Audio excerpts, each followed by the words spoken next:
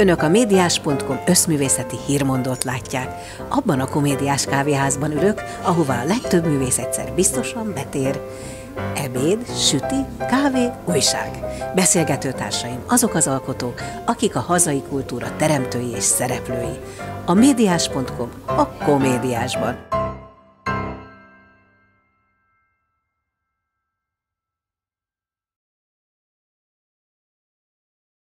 Balázs János nevét már megjegyeztük a Prima Primissima díjak kiosztásakor, de igazából előtérbe a nagy közönség számára az elmúlt másfél évben került Balázs János neve, mert ha furcsán is hangzik, de felkarolta Cifra Györgyöt. Számomra sokkal több, mint egy találkozás az, ami körülírja Cifra Györggyel való kapcsolatomat. Legelőször gyerekkoromban, sőt igazából 4 és 5 éves korom közé tehető az, amikor én otthon hallottam az ő bakelit lemezeit.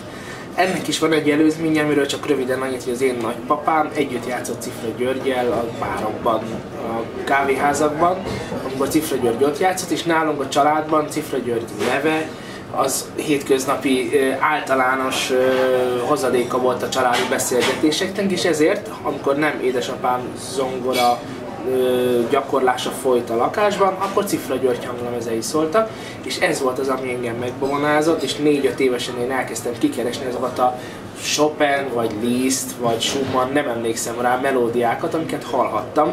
Ez indított el a zongora felé konkrétan, és megpróbáltam kikeresni azokat a hangokat, melódiákat, amiket hallottam. Majd amikor felcseperedtem, és már 10-12 éves voltam, akkor nyilvánvalóan, és ezzel párhuzamosan a technika fejlődésével hozzáfértem olyan videófelvételekhez, illetve a könyvéhez, az Ágyuk és virágokhoz, amiben megismerettem az ő emberi, humán művoltját, és egyértelműen kirajzolódott bennem, hogy ő igazi példakép lehet egész életemben, nem csak zenei, hanem emberi is. És amikor már volt lehetőségem 15-16 éves koromban, akkor először kisebb helyeken, de már emlékhangversenyeket rendeztem. Itt 16 éves koromról van szó, tehát számomra is hihetetlen, hogy egy fiatal visz rá erre. Saját magamon is meglepődöm egy kicsit, de olyan hittel, szorgalommal zörgettem bizonyos ajtókat, akkor még kisebb ajtókat, hogy hadd játsszak kisebb helyeken Cifra György emlékhangversenyeket, és ezek meg is valósultak évről évre, és már a második-harmadik alkalommal egészen az elején éreztem, hogy ez még mindig kevés. Először is nem csak egy koncertet kell szervezni, másrészt nem csak nekem kell játszanom, de sokáig kerestem azt a formát, amivel ki lehetne teljesíteni ezt a gyakorlatilag példátlan helyzetben lévő szituációt, mégpedig az, hogy 22 éve hunyt el Cifra György, tudjuk jól, hogy előtte sajnos tragikus körülmények közt a fia is, aki tovább vihette volna a hagyatékot, és Magyarországon igazából nem is a halála óta, hanem 1956-os kimenetele, Párizsba való letelepedése óta nincsen helyén kezelve a Cifra életmű hagyatéka, és ezt gyakorlatilag az én felelősségemre, az én vállamra helyezéssel egy fesztivál megalakult, aminek nagyon-nagyon örülök, és nagyon-nagyon boldog vagyok, hogy önmagában ez létrejöhetett, és hát fantasztikus dolog, hogy megvalósult, és ott álltam a színpadon, mint a művészeti vezetője és alapítója ennek a fesztiválnak, és nagyon nagy siker volt, és a közönség gyakorlatilag szétkapkodta a jegyeket. Ez azért is jó leső érzés számomra, mert ezzel Cifra Györgyöt is egy kicsit kárpótoljuk. Hát annyira csodálatosan mondtad el, hogy mi van a szívedben, hogy nem is hiszem el, hogy még csak 27 éves vagy. Mások ebben a korukban még csak gondolkodnak rajta, hogy mi legyen velük a jövőben. Neked pedig meglehetősen határozott elképzeléseid vannak a művészi pályádról is, és a jövődről is. Jól gondolom.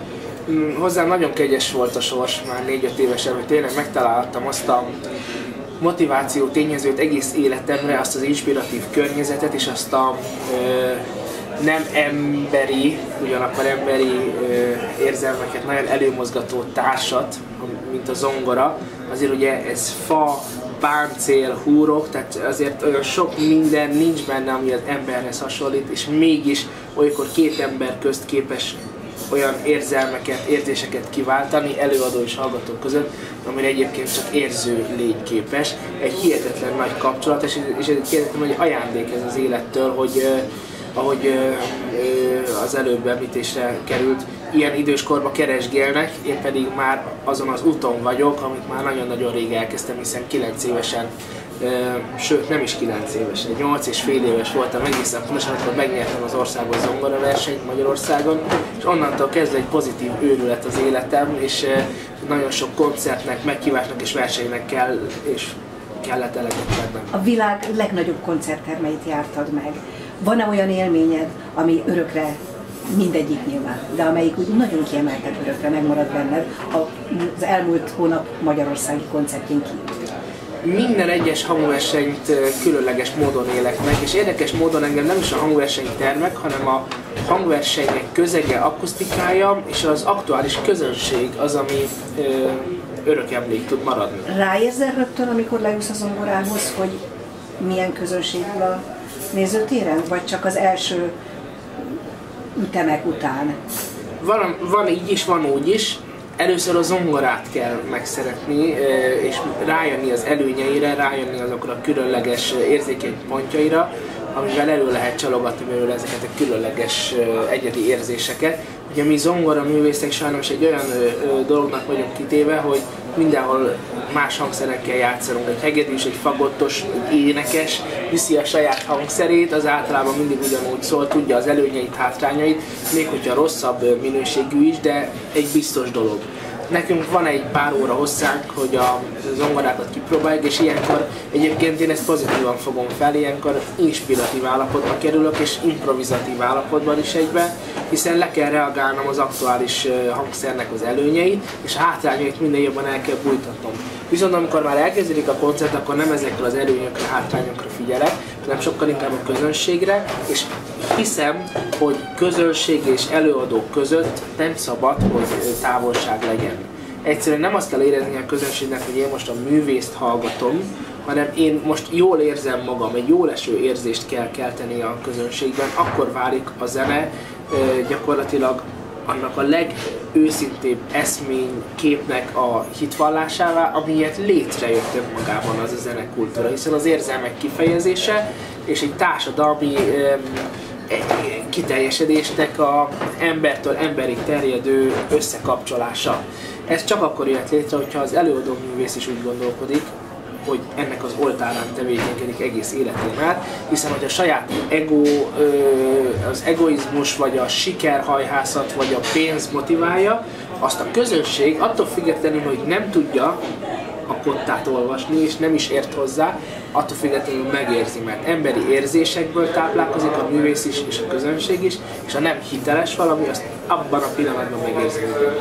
Ha eddig nem szerettem volna a zenét, és most végighallgattalak volna, biztos vagyok benne, hogy a lehető legnagyobb nyitottsággal ülnék be életem első koncertjére. Amikor megérkeztél, kezet fogtunk. Megfogtam a kezedet, és egy nagyon furcsa dolgot éreztem rajta. A látság és a határozottság egyszerre van benne a kezedben. Ennek nyilván a személyiséged is, hogy közvetíti a személyiségedet is, de azt gondolom, hogy a legfontosabb eszköze egy zongoraművésznek a keze. Mit teszel annak érdekében, hogy ő mindig elsősorban védelgetve legyen, mert ez az. Biztosan sokan azt várják, hogy egy zongoraművész rettenten odafigyel, óvja, védi a kezeit. Nekem egy nagyon furcsa egyedi filozófiám van. Természetesen veszélyes sportokat nem űzök, viszont imádok sütni, imádok főzni, imádok a kertben tevékenykedni, tehát abszolút nem féltem. Tudom, hogy sokan mondják, és nyilvánvalóan mindenkinek van igaza valamiben, hogy a keze a legfontosabb egy zongoraművésznek. Én azonban ezzel abszolút nem értek egyet, már csak azért sem, mert hogyha megnézzük a zongoraművészeket és a kezüket, csak maradjunk Cifra Györgynél az egyszerűség kedvéért. Előbb mondanám rá az ő kezére, hogy egy kőműves, mint egy zongoraművész. Olyan vastag, olyan vaskos, olyan első ránézésre durva ujjai vannak, egyébként nyilván ennek a Recski munkatából is, és az ő hányatatott sorsa is kihatással volt, de nincs összefüggésben. Vagy például ott van Arthur Rubinstein keze, ami pedig hihetetlenül kifinomult, már csak azt kell, hogy mondjam, hogy szinte nőies keze van. azt hiszem a lelke a legfontosabb egy művésznek, és nem az, hogy mivel szólaltatja meg. Ez egy eszköz, most még hogyha furcsán is hangzik, hogy a kezünk meg az ujjaink egy eszköz, de ez mindegy olyan segítő eszköz, ami meg tudja, hangokká tudja alakítani a lelkünkben lévő melódiákat. Sokszor gondolkodtam el színészeknél és zenészeknél azon, hogy a fejben mi van, milyen elképesztő tudásnak kell lennie ahhoz, hogyha nem valami miatt odébb fújja a szél a partitúrát, a kottát, akkor is tudnod kell tovább játszani. Hány zongoraművet lennél képes eljátszani úgy, hogy nincs is előtted a kotta? Azt hiszem, hogy ezek nem napokban, hanem hetekben mérhetőek. Van egy olyan nagyon különleges tulajdonságom, amit nem tulajdonítok, hogy is mondjam, magaménak tulajdonítok, de semmit nem tettem érte, hiszen ez egy adottság. Az, hogy amit egyszer megtanulok, azt soha nem felejtem el. Amit 4-5 évesen elkezdtem játszani, de amit már 6-7 évesen már versenyre készültem vele, azt a mai napig kotta nélkül el tudom játszani. Ráadásul kottából az esetek 0,001%-ában játszom, még kamarazenét is szeretem kívülről játszani. Engem kifejezetten demotivál a kotta, hiszen nem tudom a saját elképzeléseimet akkor megvalósítani, hiszen szembesülök mindig az igazsággal, a zeneszerző igazságával, de azért az előadó művészeti szuverenitás, mint olyan, annak jelen kell lennie a pódiumon nyilvánvalóan. Egyébként az agyi kapacitás, ez egy egészen különleges dolog. Szoktam kérdezni barátomat, Franty Tamást, agykutatót, a világ legokosabb embere, véleményem szerint, és ő is folyamatosan ezt kérdezi, és kutatja is valamilyen szinten, hogy egy művésznél az improvizáció, és ez egy hihetetlen nagy kapacitás, egy tárhely, ahogy ő mondja, egy számítógép, tehát hogy bírja el, erre magam sem tudok választ adni, viszont az biztos, hogy nem hangonként jegyzem meg a darabokat. Sokkal inkább formációként, és hogyha tovább megyek nagyobb távlatokban, akkor érzésekkel párosul mindaz a darab, amit játszom.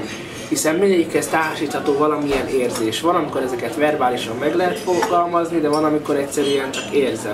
Van, amikor színeket látok magam előtt, és az a darab nem arról szól, hogy cisz vagy tisz van egymástán, hanem az nekem rózsaszín, vagy kék, vagy zöld. És ebből valami hihetetlen módon összekombinálja az agyam, jeleket küld az ujjaimnak, és megvalósul. Sokszor oda se figyelek, sőt, még arra is volt példa, hogy valami nem nagyon jutott eszembe, és elkezdtem nagyon gondolkodni, hogy milyen hangok vannak a kottába, felidézni a vizuális memóriámban, nem sikerült, és amikor elengedtem és nem gondolkodtam, csak az ujjaimra és az érzéseimre hagyatkoztam, úgy vezetett valami láthatatlan kötél. Hát ez azt hiszem, hogy ez egy egyértelmű kapcsolat valamivel, valakikkel, teljesen mindegy, hogy ezeket megszemélyesítjük vagy nem, de itt valami felsőbbrendű dolog van a művészeknél, meg bárki másnál is, mert egyébként akik fejben számolnak, 4 számjegyűt szoroznak 4 számjegyűvel, az agy nem tud, a normális agy nem tud olyan gyorsan gondolkodni, mindenki jó valamiben, nekem ezt adta a sors, ezt adta az élet, nekem ezzel kell gazdálkodnom, ezzel kell embereket boldoggá tennem, és hát ezzel kell azt hiszem azt a belső indítatásomat megvalósítanom az életem folyamán, ami nem csak engem, hanem, ahogy mondtam, másokat is boldoggá tud tenni.